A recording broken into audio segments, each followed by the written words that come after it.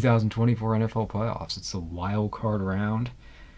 It's not the best weekend of games I've seen. It's not the worst weekend of games I've seen.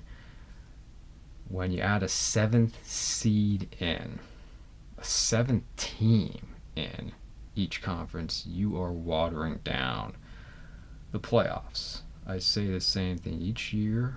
I feel in most cases you can just start with the divisional round. But let's just get into these games. Chargers at Texans. And it's laughable at this point. How many times, how many years the Texans host the first game? If you host the first game of the playoffs, you pretty much know what the NFL thinks of you. That you're not going to win the whole thing. You will most likely only make it to the divisional round. You know, the Texans have a young team. And even before I get into that, I have to say, I can't stand indoor football. I don't like starting the playoffs with indoor football. Football is meant to be played in the elements, on grass, outdoors. But this is what it is. The Texans have a young team and a talented team. I think they're going to have a good future, but they took a step back this year. How many times have you heard, oh, look at this great young team. They have their quarterback. They have a few good young players. And they're just going to improve, and they're just on the ascent, and they're not going to be stopped, and they're just going to be set up for years. I would be filthy rich if I just made a few bucks off how many times I heard that on broadcasts.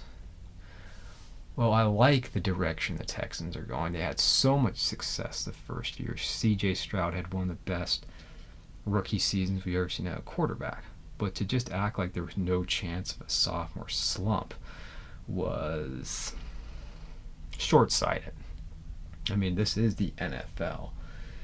And they so overachieved last season. They still had a good season. But Stroud struggled more. There were more turnovers. And the league learns. Your opponents study up on you. They've got a year's worth of games to look at.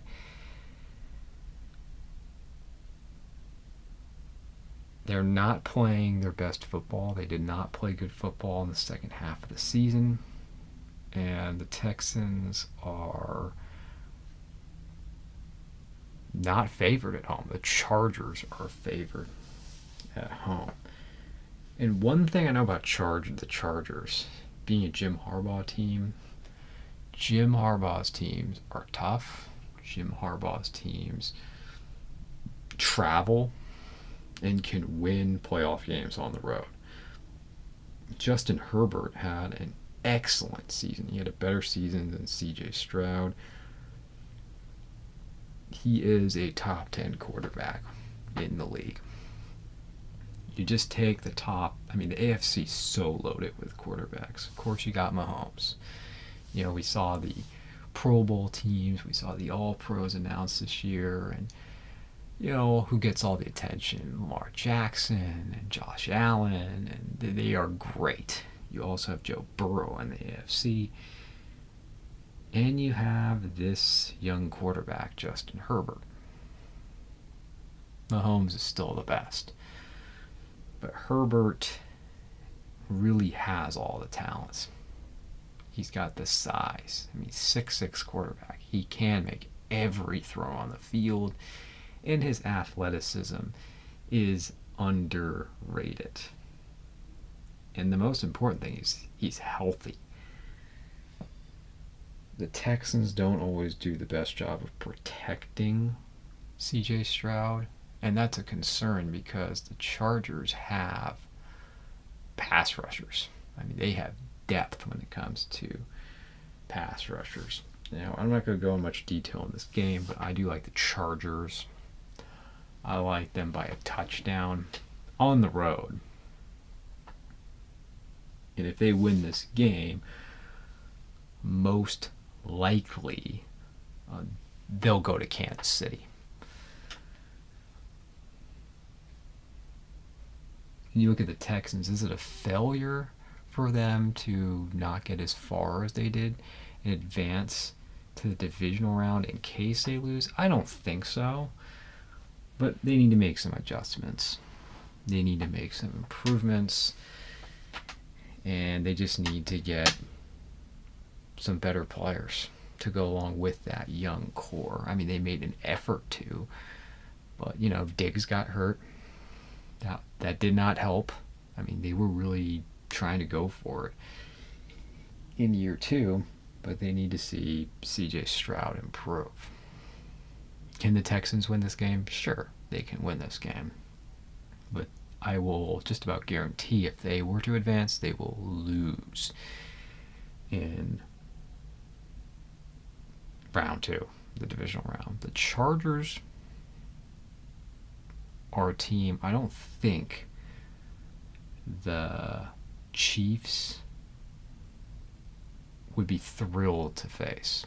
I mean, not that they're scared of anyone, but they would rather see another opponent just because, you know, 3 times in a season is, it's hard to beat anyone 3 times in one season, and the Chargers are playing good football. I like Chargers. Game 2, Steelers and Ravens. Really the only lasting rivalry to me in the NFL. A lot of rivalries, they have a decade maybe, at the most. I mean, that would be a long period for a lot of rivalries. When you're talking about NFL history, take the Steelers and Raiders. You know, the 70s was the Steelers and the Raiders, but they didn't even have a full 10 years. They've never had any rivalry since, except for talking about the good old times. You think of teams that have playoff rivalries, specifically playoff rivalries, and the Raiders and Steelers fit that in the 70s. You think of rivalries that have, gone over many years because teams have faced each other so many times in the playoffs. Take the 49ers and Cowboys, the 49ers and Packers. This is different. It's a divisional rivalry with the Steelers and the Ravens. And you know, the thing about the Ravens is, in many ways, they modeled themselves after the Steelers. They have their coach in John Harbaugh, who has been in that position so long. And they, even through years of not getting to the Super Bowl, they have stood by their head coach. He won one, just like Mike Tomlin has won one. But they're in the playoffs practically every year. They're tough. They're teams usually that can run the ball. They're disciplined. They play good defense. They are very different than other teams in the league, just from the way they're managed, just from the top down. The culture, the tone. And you have, the Steelers, who are NFL royalty. I mean, the Ravens, of all the expansion teams I can think of, obviously they're the best in the NFL. When I say expansion, I'm talking about teams that are, between 25 and 30 years old.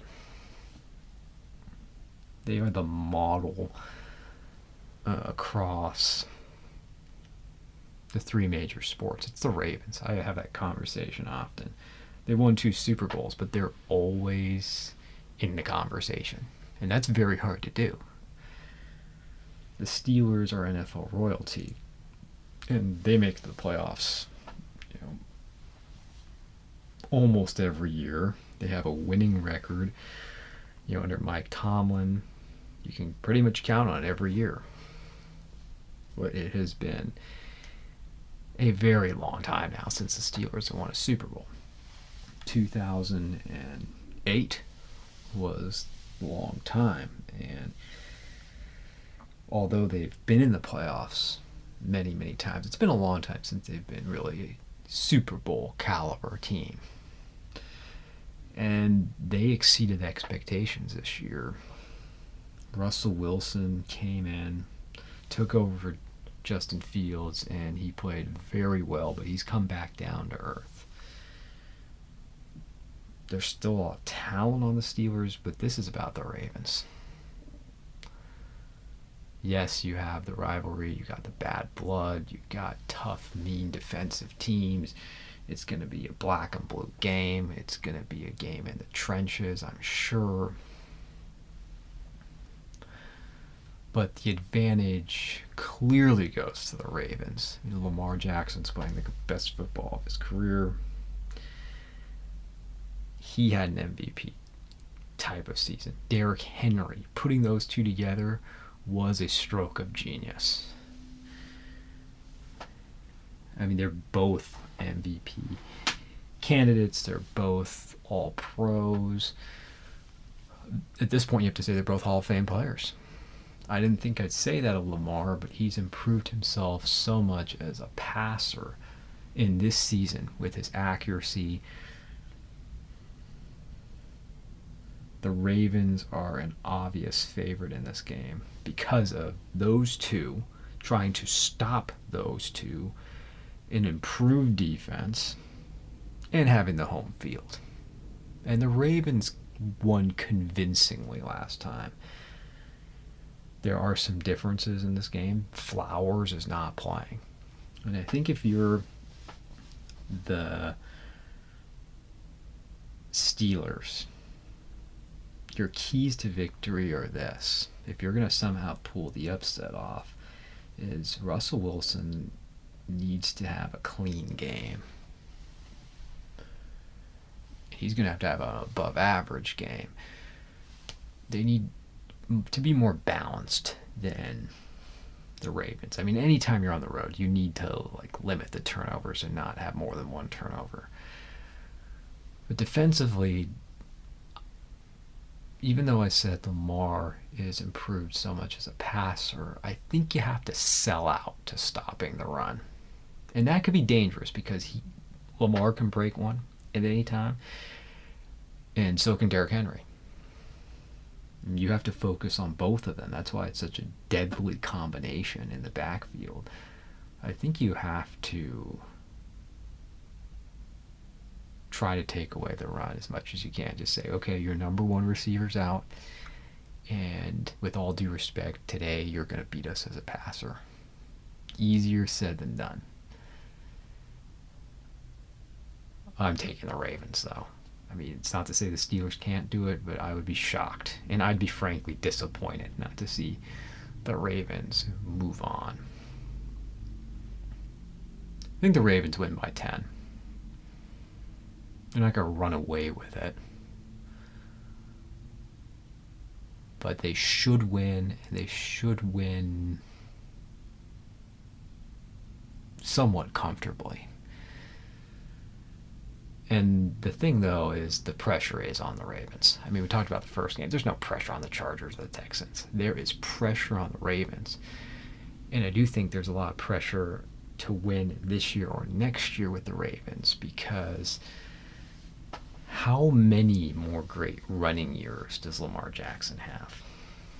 And I still feel their best year to win. They were set up last year.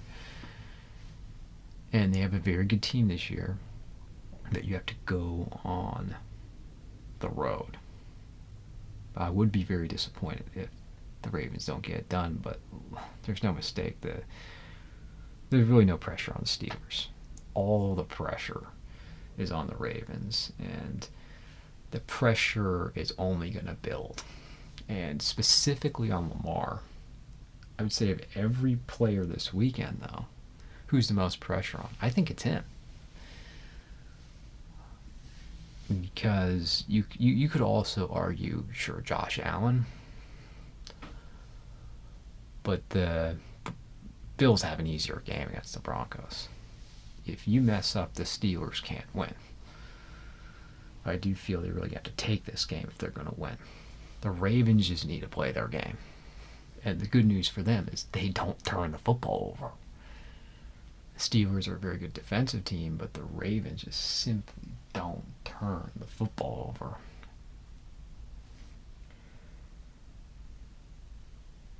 With the pressure, as long as they advance, though, the pressure really is going to come next week. Again, for Baltimore. Because, let's just say, Chiefs, of course, are the first seed. Bills win, they're the second seed. Then the Ravens win, assuming, the Bills and Ravens win. You're going to have a showdown between the Ravens and the Bills in Buffalo. Now that is a monster game, and I hope it happens. So we're going with Chargers and Ravens advancing in the AFC, and that Steelers-Ravens game is an Amazon game. It just looks like it's going to be cold. Cold game. Cold night game in Buffalo. I didn't see rain or snow in the forecast. At least not yet. Sunday games. Bills hosting the Broncos. The Broncos have a good season. They're very well coached. That's a consistent that's coming up when you got Sean Payton. Bo Nix has been impressive as a rookie. He's been impressive. But they would have to pull off one of the great upsets to defeat the Bills. And who's the quarterback that's more scary physically? Take your pick between Lamar Jackson and Josh Allen. Josh Allen is one of the greatest. He's got one of the greatest arms we've ever seen in the league. And unlike Lamar, where he's not necessarily he's going to just run right by you, but he has top flight speed, and he's so big, he's so strong, and he's improved as well, that much more of as a passer.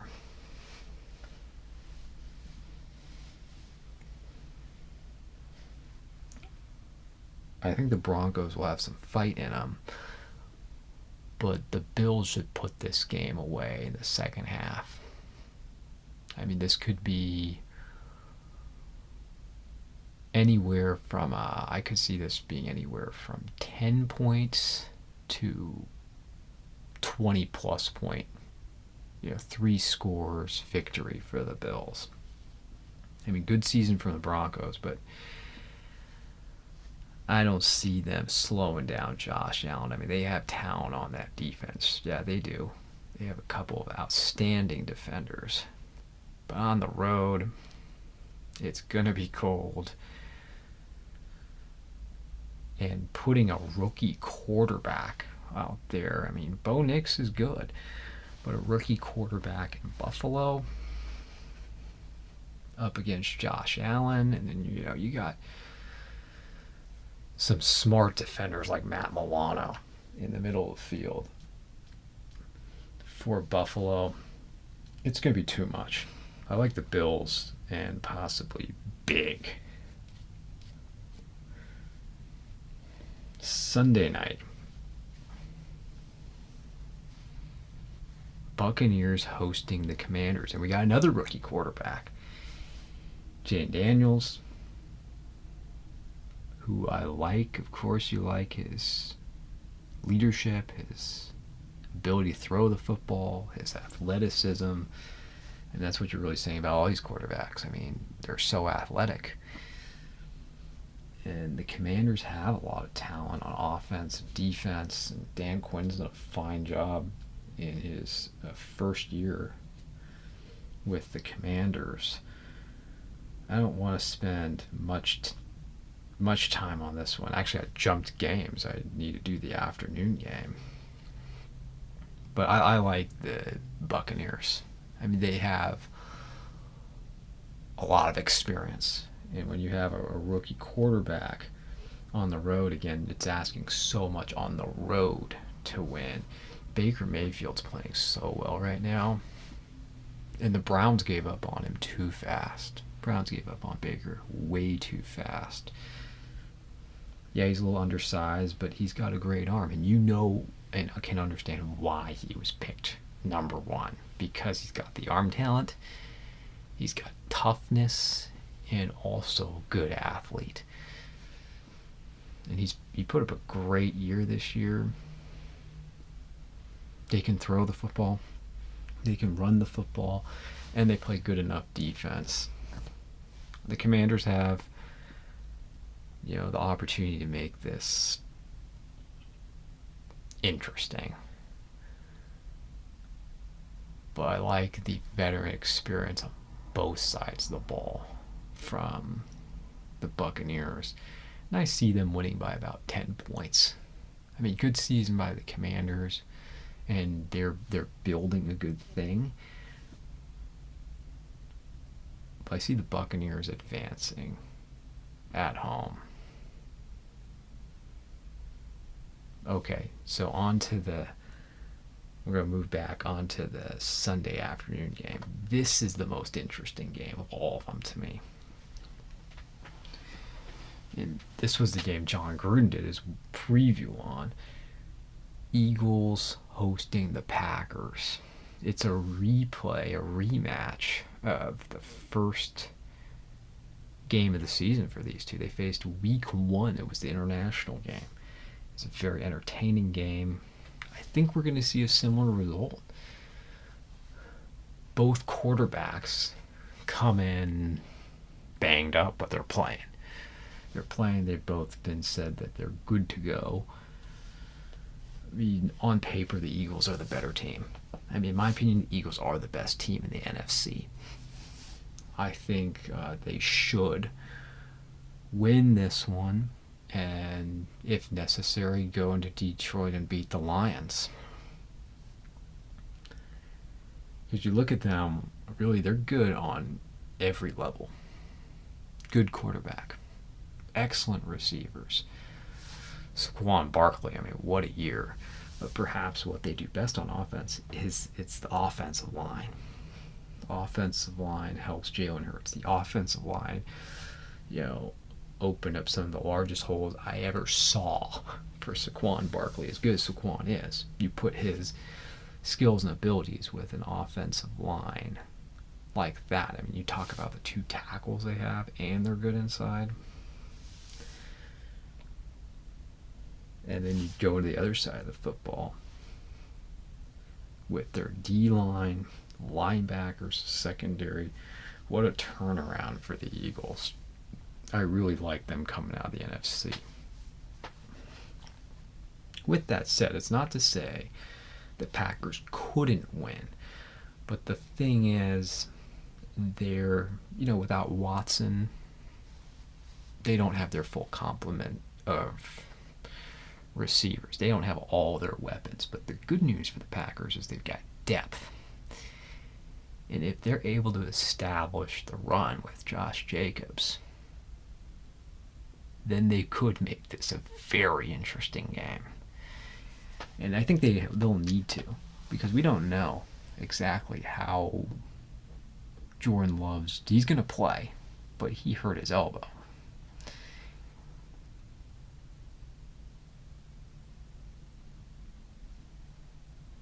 And it's been so interesting that this is the year of the running back. I had a first-hand look week after week of seeing Christian McCaffrey for half of 2022 and last year 2023 as a running back and as one of the best receiving running backs ever. I mean, he's one of the best, up there with Marshall Faulk, who's ever done it coming out of the backfield. Seeing his impact in a game that's all about running, it's all about passing, though he contributed to the passing game also. That was interesting, but to see a year like this, where you had Saquon Barkley, Josh Jacobs, and Derrick Henry, fascinating, but it's a good thing. It's a good thing to see running backs are important again, and that's a big part of both these teams' success. Who's going to stop the run? And I think the Eagles are going to do better at stopping the run than the Packers. I mean, the Packers have a good young defense, but I think what they lack is they don't have that one-star pass rusher. I mean, they have guys like Sean Gary who are good, but they don't have that one guy who can get you that big sack to end the game. They don't have that one player on defense that strikes fear. You know, the Eagles have Jalen Carter up front. Zach Bond had an incredible year at linebacker, and I'm just saying they've got so much talent all over the field. The Packers defense is not on the level of the Eagles defense. I think playing at home gives the Eagles the advantage, and I think they just have a little more star power. And they really have all their guys on offense. And they don't even need Jalen Hurts to be that good. I mean, he can be a game manager. If he's somewhat banged up in this, he can be a game manager. And that's enough. Being at home, you have Saquon, you have that offensive line and a very good defense.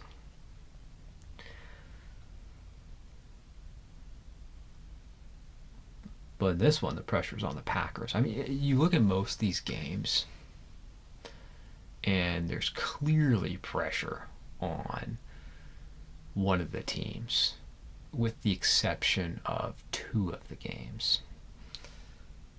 First game, Texans Chargers, nah. Second game, obviously it's the Ravens. Third game, Bills. Fourth game, it's the Eagles, though. The pressure's on the Eagles. I think they're going to respond fine. When Jordan Love's not quite healthy, you're down Christian Watson, and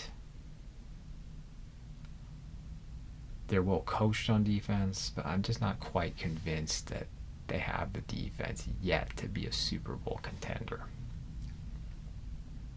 They'll make it interesting,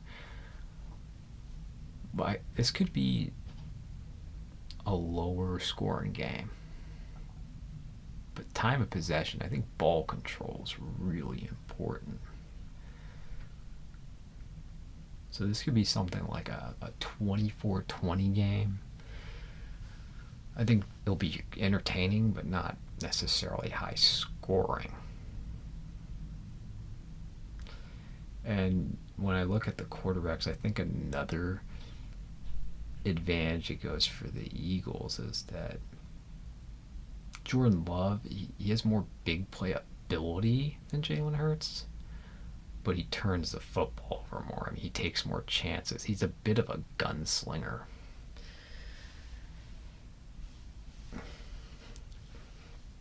But as I've already said, I like the Eagles to come out of the NFC. Sorry, Lions.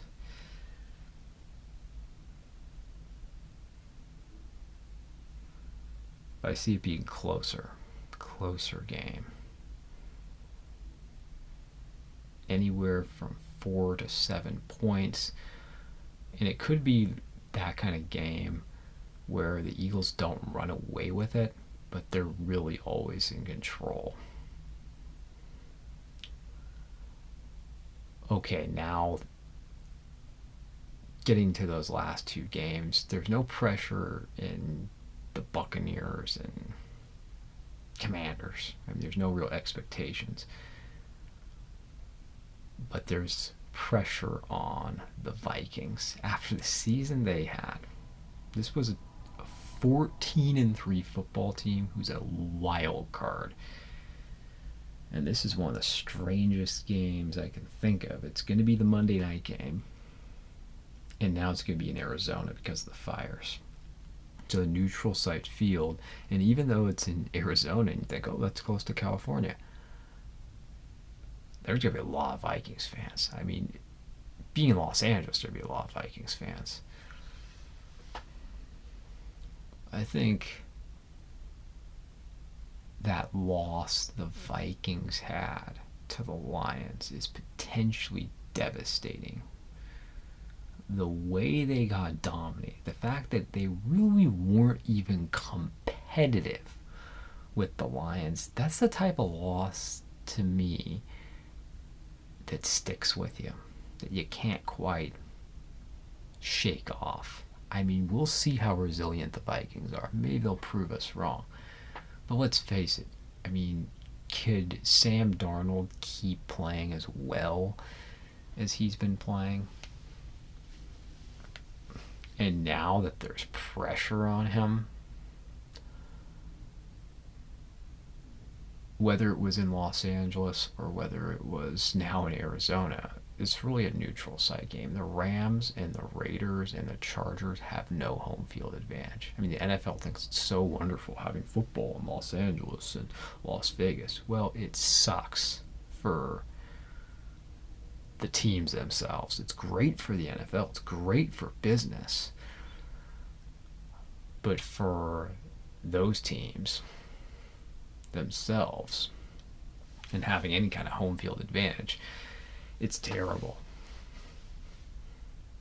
And I think and feel that the Raiders, they should have been in Los Angeles if they had to move. I mean, I think it's a crying shame they had to leave Oakland. The Rams, okay, in Los Angeles. The Chargers should be in San Diego. That one makes me mad. I'm really upset for Chargers fans sharing a stadium.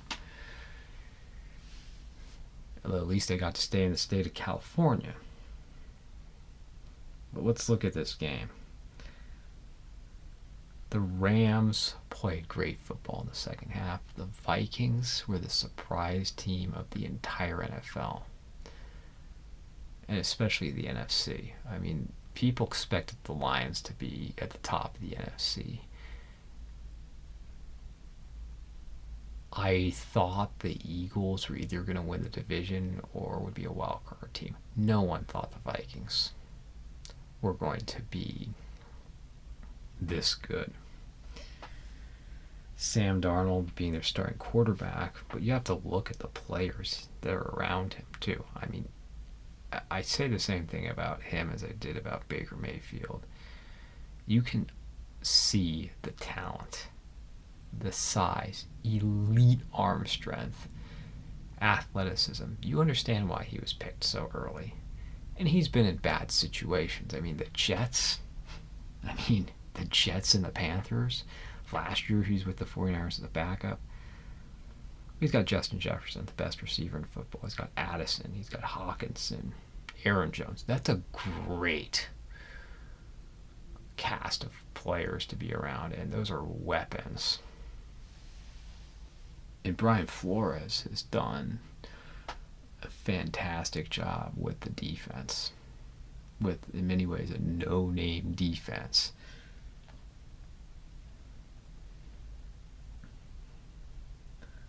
On paper, I like the Vikings. I'm just wondering if they've recovered from this game against the Lions, that Sunday night game. I mean, it was such a great season for them, but it left such a bad taste in your mouth to lose in the way they did.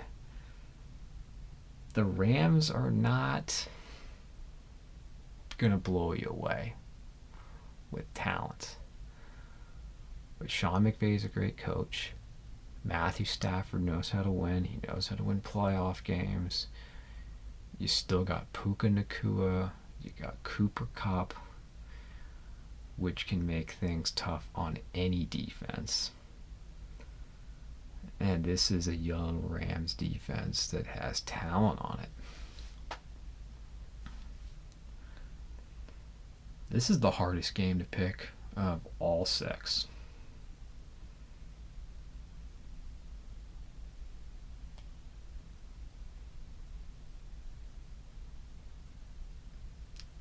I'm leaning Rams. Because I just have a bad feeling. Seeing what happened to the Vikings last week, I mean, maybe they'll just be able to turn the page. On paper, I like them. But when there's pressure on the Vikings and there's really no expectation for the Rams,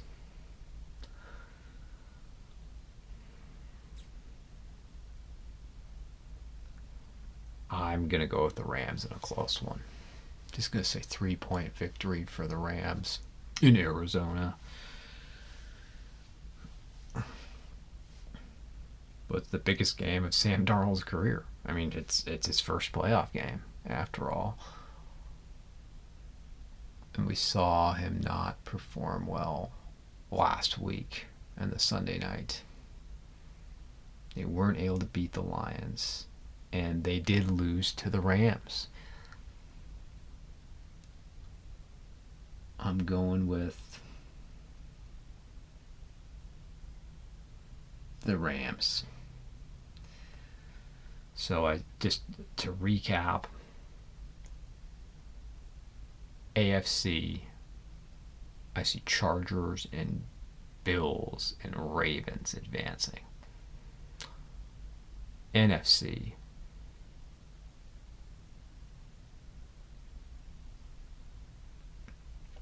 Eagles, Buccaneers, Rams.